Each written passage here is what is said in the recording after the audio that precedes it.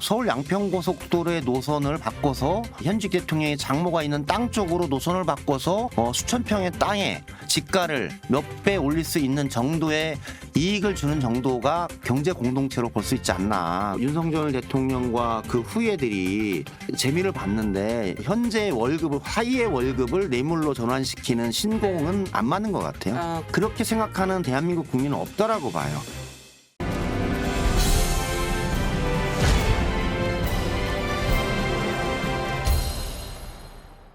여러분 안녕하세요. 송지영입니다. 나는 정치인이다. 이번 시간에는요. 원조 친명으로 불리면서 전 정권 정치탄압위원회 위원장을 맡으신 분입니다. 김영진 더불어민주당 의원 모셨습니다. 어서 오세요. 네, 반갑습니다. 김영진입니다. 네, 요새 바쁘시죠? 네, 바쁩니다. 그러니까 지금 국회가 한참 바쁠 때라서 그런데 또 이렇게 또 중요한 직책을 맡으셔가지고 이 전 정권 정치탄압위원회라는 게 이제 문재인 전 대통령 수사 관련해서 이제 대응하는 TF잖아요. 네, 그렇습니다. 예. 근데 이제 위원장님 맡으셨는데 혹시 누가 제안을 하신 거예요? 사실은 네. 전 정부 정치탄압대책위원회는 탄생하지 않는 게 제일 좋은 대책이죠. 굳이 이런 대책위원회가 정상적인 민주주의 시스템이 잘 굴러가는 나라에서 합법적으로 선거를 통해서 대통령이 선출되는데 전직 대통령과 현직 대통령과의 관계 그리고 이재명 대표도 마찬가지인데 너무 과하게 사법이 정치를 좀 점령하는 게 아닌가 그런 생각이 들었어요. 그래서 뭐 어떻게 해요? 그런 상황에서도 당에서 네. 사실 문재인 대통령은 민주당의 가시 주요한 인사 아닙니까? 그렇죠. 전직 대통령이셨고 전 당대표셨고 그리고 민주당과 함께 그 정치를 해오셨던 분이기 때문에 문재인 대통령에 대한 정치 탄압은 민주당에 대한 탄압과 같다라는 생각이 당내에 강했던 거죠. 근데 당 지도부에서 네. 김영진 의원이 뭐 이것저것 따지지 말고 친명 친문 따지지 말고 이 일을 맡아서 했으면 좋겠다. 그렇게 요청이 와서 하게 됐어요. 이게 뭐 이재명 이제 당이라 지도부로 하면 이제 대표랑 원내대표 계신데 이재명 대표 당 지도부가 한 거죠. 전체 같이 그 지금 잠깐 말씀하시면서도 얘기를 하셨는데 친문인지 친명인지 따지지 말고 이제 그게 이제 이게 문재인 전 대통령 관련인데 사실은 의원님은 원조 친문이라고 제가 아까 이제 소개를 좀 드렸어요. 근데 이제 뭐 친문계 의원님이 맞지 않으시고 의원님이 맡으신 나름의 이유는 뭐라고 개인적으로는 보세요?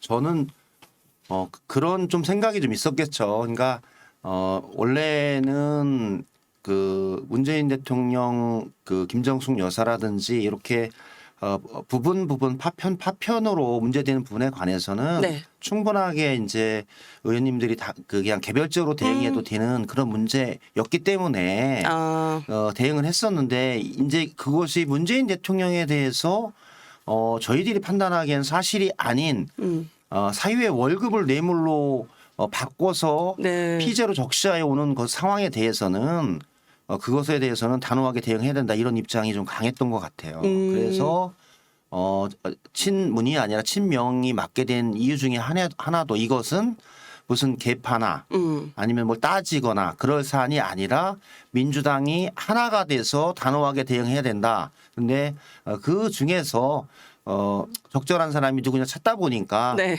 그냥 특별하게 하는 일이 없는 김영진 의원이 했는데 그 일을 좀 더 집중해서 네. 했으면 좋겠다라는 취지가 컸던 것 같아요. 이제 이거는 당 차원의 대응을 좀 해야 되는 사안이다. 네네.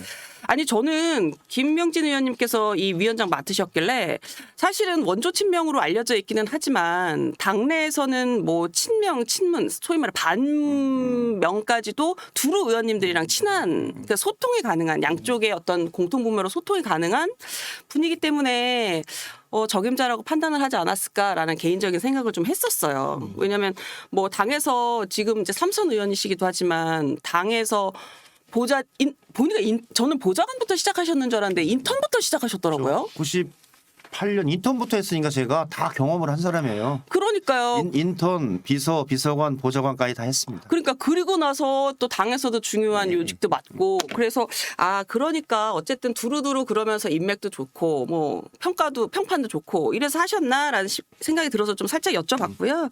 그 문 전 대통령 딸 다혜 씨가 오늘 그 본인 X 계정에 이런 글을 올렸더라고요. 나는 내 아버지에게 칼을 겨누기 위해 들여밟고 더럽혀져야 마땅한 말일 뿐이다. 그 이제 억울한 심정을 내비친 건데 사실 민주당에서도 뭐 이 수사는 아까도 말씀하셨지만 사실이 아니다라고 이제 민주당에서 본다 말씀을 하시면서 망신주기 수사다. 뭐 그리고 뭐 김건희 여사 명품백 수사를 좀 물타기 하려는 거다. 뭐 이렇게 보신다고 하는 이제 얘기를 하는데 어떻게 좀 그 경위를 위원장으로서 좀 찾아보니까 이건 명백하게 사실이 아니다라는 확신이 있으신 건가요? 제가 보기에는 오늘 문다혜 씨가 그 SNS 계정에 올렸던 글을 보면 네. 사실 그 대통령의 그 자제로 산다는 게 쉬운 일은 아니잖아요. 네. 그러니까 대통령 현직일 때도 그렇고 네. 사실은 현직이 아니고 퇴임한 이후에도 사실은 유리병 속에 사는 그런 존재이잖아요. 그러면서 대단히 행동을 조심하고 그렇게 살았던 자신의 삶이 있는데 마치 문재인 대통령이 무언가 잘못해서 문재인 대통령을 잡기 위해서 그 하나의 미끼로서 나를 말로서 잡아가는 게 아니냐 이런 좀 그 회한이 있는 게 아닌가 그런 생각이 들어요. 그리고 문다혜 씨는 네. 사실 신세대 아닙니까? 젊은 세대잖아요. 문재인 대통령이 대통령 당선됐을 당시에 소속 정당이 정의당이었잖아요. 그러니까요. 그래서 그게 되게 화제가 됐잖아요. 자유인이죠. 네. 사실은 아주 젊은 세대고 자유인이었던 문다혜 씨가 보기에는 이 정치적인 이 상황 속에서 아버지인 대통령에 대해서 자기가 봤을 때도 정말 뇌물죄로 그 저기 뭐야 피의자로 적시하고 압수수색을 자기를 한다든지 이런 것 자체가 잘 이해가 되지 않는 거죠. 그리고 본인의 행동에 대해서 내가 정말 그 나의 전 남편의 그 월급이 과연 뇌물이 될 수 있냐에 대한 아마 상식적인 판단 속에서부터 오는 그런 자괴감도 많이 있는 것 같아요. 그리고 저희들이 판단하기에는 검찰이 네. 문재인 대통령을 피의자로 적시했던 내용은 네. 2018년에서 2020년 사이 네. 한 20개월 사이에 네. 타이 스타jet에서 문다혜 씨의 전 남편이 네. 근무했던 월급의 총액을 뇌물로 봤다. 네. 이렇게 얘기한 거거든요. 그런데 사실은 전 사위도 문다혜 씨의 남편으로 일을 하면서 저건 회사의 관리자로서 일을 하면서 받던 월급인데 네.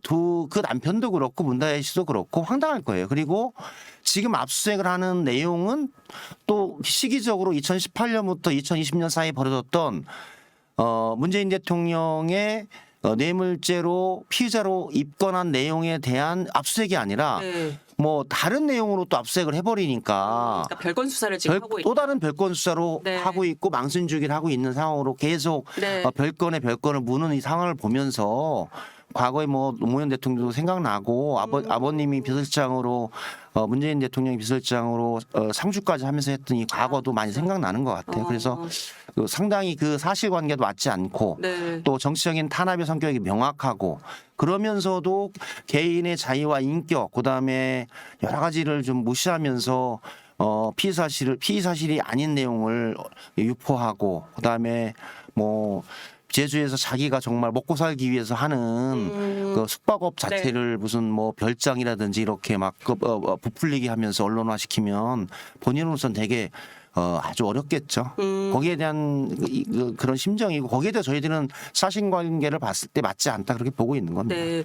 그 아까 말씀하신 그 별건 수사 관련해서는 제가 좀 뒤에서 더 여쭤보도록 하고요. 근데 일단 검찰의 의심은 이런 건데 중진공 이사장이 됐는데 몇 달 뒤에 문재인 전 대통령의 전 사위가 이상직위원회 이제 타이스타제 전무가 됐다. 그렇죠. 근데 이제 이게 이사장 임명에 대한 대가성 아니냐 이건 거잖아요. 근데 이제 의원님 말씀하시기로는 사실이 아니다 알아보니라고 이제 말씀을 그렇죠. 하시니 그걸 조금씩 이제 볼게요. 일단 당시 사위는 회사를 좀 다니고 있었던 건가요? 그러니까 타이스타 젯에 들어가기 전에는 네. 그 증권회사와 게임 회사를 다니다가 네. 약간 쉬고 있는 시간이었던 거죠. 쉬고 있으니까 네. 타이스타젯이라고 하는 태국계 회사인데 네. 그 회사가 무슨 대규모 회사나 재벌 네. 기업도 아니고 한 4-5명 되는 작은 회사예요. 소규모 회사. 소규모 회사 네. 하고 그러니까 제가 보기에는 증권회사나 게임 회사에서 그 셀러리맨으로서 역할을 해왔고 네. 그런 정도면은 한 4-5명 되는 타이의 조그만 회사 항공 관련한 발권이라든지 업무를 도와주는 네. 그런 회사에 그 일을 하는 관리 감독자로 일하기엔 충분한 역량이 있는 거죠. 왜냐하면 네. 항공사의 무슨 파일럿이나 네네. 기술자가 아니라 단순한 관리의 업무를 맡고 있다라고 한다면 네. 그것이 무슨 특혜나 전문적인 지식이 필요한 게 아니라 증권회사나 게임회사에서 충분하게 그럴 역량이 있었던 사위가 충분하게 일할 수 있는 조건이 되는 그런 자리였죠. 거기에 정만 올려놓고 아무 일도 안 하고 월급 받았다 하면 제가 성립이 될 수 있을 것 같아요. 그런데 정확하게 현재 타이에 가서 그 일들을 해왔었는데 네. 그걸 뇌물로 본다는 게 아마 수용하기 어려울 거예요. 두 번째는 네. 이상직 의원은 네. 사실 그러니까 이스타항공의 대표이사였고 네. 기업을 창업해서 LCC, 그러니까 저가항공사로서 국내에서도 그 코로나 전에 대단히 잘 나가던 항공사였죠. 네. 제주항공, 이스타, 그다음에 이렇게 해서 에어부산해서 3대 LCC 항공이었잖아요.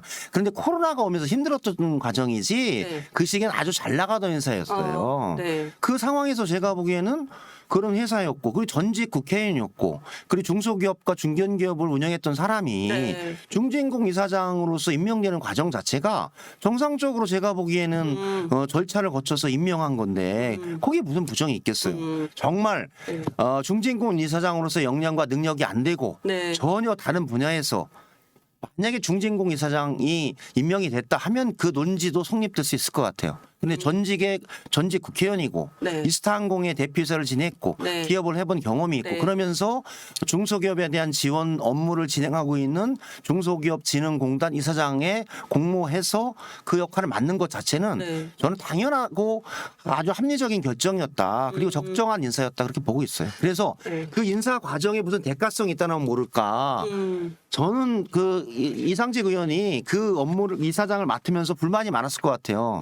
내가 이 정도 낮은 일밖에 못할까에 대한 것도 있었던 것 같아요. 내가 전직 의원이었고. 까지도 했는데 그다음에 이스타항공이라고 하는 대표? 정말 네. 그 저가항공사를 창업하고 꾸준히 운영을 해오면서 이익을 냈고 사업을 확장해 나가는 차원에서 제가 보기엔 그게 과연 대가가 성립이 될까요? 그러니까 그런 중진공 이사장으로 가는 인사 자체는 일단은 그 위치에 대한 적절성, 업무 적절성도 있고 그리고 인사 자체를 대가성으로 볼 수 있는 요인은 없죠. 없다. 절차 과정이 제가 보기엔 충분한 과정을 거쳤고 네. 진행했던 사안이었죠. 거기에 문재인 대통령이 개입할 사안이 없기 때문에 네.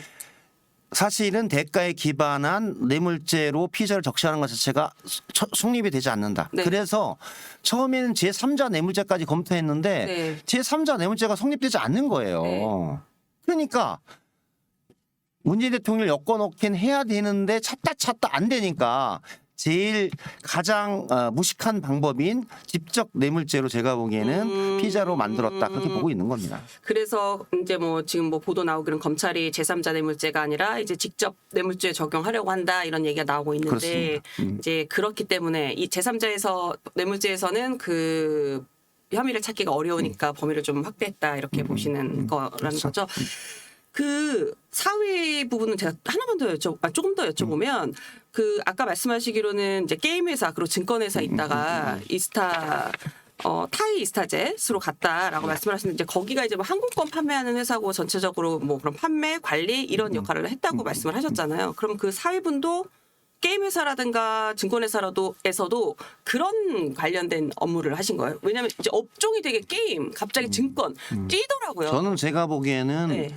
사실은 하나의 회사를 운영을 할 때 대표이사는 업무를 총괄하지만 네. 작은 회사라고 하더라도 마케팅, 재무회계 그쵸. 뭐 여러 분야가 있는데 네. 이 회사는 한 4명, 5명이기 때문에 그냥 한마디로 조그만 구멍가게의 회사 네. 이런 정도를 운영하는 사람 중에 한 명으로 갔기 때문에 네. 저는 게임 회사나 증권 회사에서 일반적인 업무를 했던 사람이라면 충분하게 제가 보기에는 업무를 할 수 있는 상황이죠. 그리고 두 번째는 일반 사무직이 일반 사무직이죠. 왜냐하면 뭐 파일럿이나 아니면 뭐 기술자거나 뭐 이런 건데 거기 하는 것도 아니고 그리고 네. 그 상황이었고 그때 대통령의 사의라고 하는 부분 자체가 대단히 힘든 거예요. 우리 사회에서 일반적인 회사에 저희들이 어플라이해서 지원서를 내서 뽑히고 일하는 것 자체가 대단하게 힘들었잖아요. 네. 그래서 노무현 대통령의 아들이었던 노건호 씨도 국내에 근무하지 않고 LG라고 하는 회사의 중국 법인에 근무했던 그런 경우도 있는 거죠.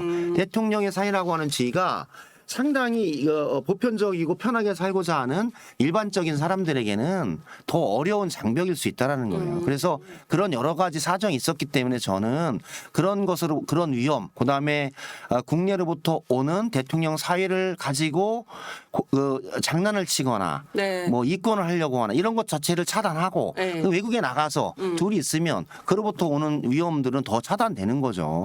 저는 충분하게 네. 대통령 친인척 관리 문제 속에서도 그런 선택을 다분히 할 수도 있었다. 저는 그렇게 보고 있어요. 이게 또 하나 이제 약간 뭐 보도에서도 그렇고 얘기되는 게 왜 이제 채용 공고가 나지 않았냐. 아니 서너 명 뽑는 회사에서 채용 네. 공고를 뭐 저기 뭐냐면 그 잡이나 네. 뭐 직방이나 뭐 아니면 이런 데 냅니까? 그냥 아름아름으로 해서 네. 들어가는 경우는 대한민국에 대단히 많습니다. 특히 네. 이렇게 서너 명이 되는 조그만 회사들은 지인이나 아는 사람을 통해서 추천받거나 해서 하는 경우는 그게 상식이죠. 보통이죠. 그래서 아까 말씀하신 그런 문재인 대통령은 몰랐을 가령 이상직 전 의원 중진공 이사장의 이으로 이제 임명이 되는 것도 몰랐었을 것이다라고 이제 말씀을 하셨고 가령 뭐 이제 사위가 뭐 타이 이스타젯 전무로 가는 사안을 뭐 알았을지 몰랐을지 그 전 과정이 어땠을지 모르겠으나. 만약에 그렇다 하더라도 또 일각에서는 이런 얘기도 해요. 문 대통령은 몰랐을 수 있다. 그런데 가령 청와대 이제 참모진들이 뭐 알아서 이제 그런 상황을 만들어주는 그 가능성은 있지 않겠냐 이제. 그거는 제가 보기에는 조금 더 사실관계를 확인해 보고 하는데 그게 대단한 특혜나 네. 아니면 뭐 이런 사안들이 아니고 그냥 보편적인 직장 정도에 들어가는 일 그런 정도고 이 두 사람이 국내에 있으면서 적절한 일을 하면서 오는 여러 가지 위험도 있고 그러니까 그 두 사람도 그런 정도의 일자리가 있으면 외국에 나가서 있는 것이 본인들도 마음이 편하고 네. 또 그런 사항들이 많이 작용을 했겠죠. 그리고 네. 그 회사가 무슨 뭐 대기업이나 아니면 무슨 어느 기업의 그런 것도 아니고 네. 조그만 회사에 여행권을 발권하는 회사 정도면 저는 소박하게 갔다 그렇게 보고 있어요. 그리고 네. 그게 대단히 나쁜 선택은 아니었고 네. 본인 스스로를 지키는 것 중에서도 적절한 선택이지 않았나 이런 생각이 들어요. 왜냐하면 네. 문다혜 씨나 사위가 국내에 있으면 권력자 측근이나 권력자와 같이 있는 사람들의 개입을 해서 무언가를 꾸며서 이익을 탐하고자 하는 그런 것들이 과거에 많이 있었잖아요. 네. 그러니까 그런 것으로부터 차단하는 효과도 있는 거죠. 역대 대통령의 이제 가령 뭐 자식들 자녀들 그런 게 많았죠. 에 대한 과거에 역대 정말. 좀 비리 혐의들이 좀 나중에 많았죠. 있었죠.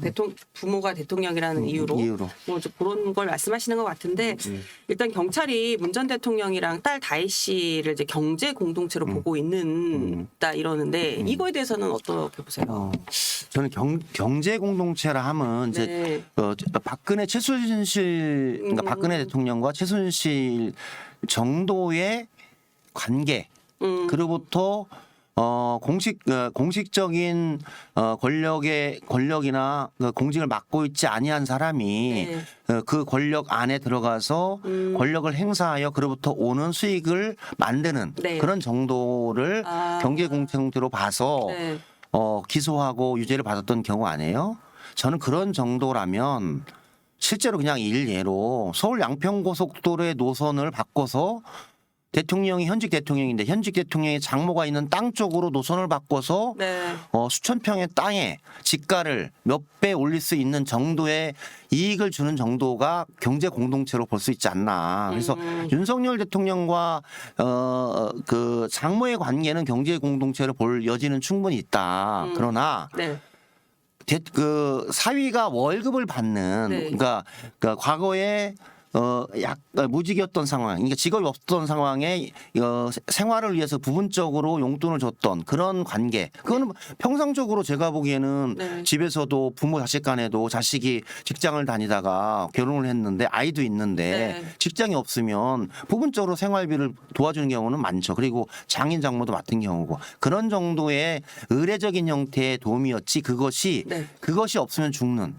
그러면서 그 사위의 월급을 같이 공유해서 그것을 이익을 나누는 그런 관계라고 본다는 것 자체가 이해하지 않는 거죠. 왜냐하면 화사위의 월급은 타이에 가서 아무도 없는 타이에 가서 근무하면서 노동의 대가로 받은 월급이기 때문에 그것을 뇌물로 보고 그 뇌물을 나누는 경제공동체라는 논리 자체가 성립되지 않는다. 그리고 뇌물이라고 하면 무슨 대통령에게 관한 권력을 이용해서 이익을 줘야 되는데 아까 말씀드렸듯이 이상직 의원은 전직 국회의원, 그다음에 중견기업의 사장으로서 네.